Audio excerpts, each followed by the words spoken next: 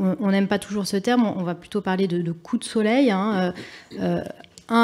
Déjà, on essaie, je pense, de les rassurer. C'est aussi notre travail, comme Dr Cutuli l'a dit, de faire la meilleure dosimétrie, c'est-à-dire le meilleur calcul de la dose pour chaque patiente. Aujourd'hui, on le fait vraiment de façon tout à fait individuelle. On va faire un scanner de préparation pour chaque patiente. Donc, chaque dosimétrie va être faite pour une patiente. Elle ne va pas être la même que celle de la patiente d'après. Donc, ça, c'est, je pense, très important de leur expliquer. Et puis ensuite, il y a des petits moyens, hein, je pense, qui sont vraiment très simples pour que la radiothérapie se passe le mieux possible.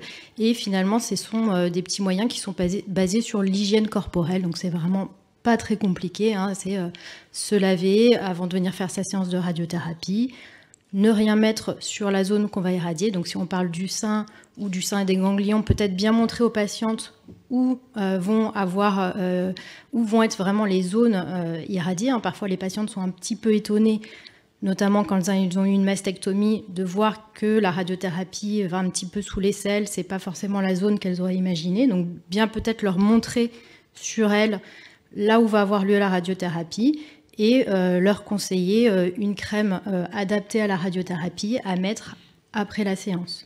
Et finalement, on va leur déconseiller tout ce qui peut être irritant pour la peau durant la radiothérapie. Donc là aussi, c'est des choses assez simples. Éviter d'aller à la piscine, ne pas s'épiler pendant la radiothérapie, éviter de trop frotter sur la zone irradiée.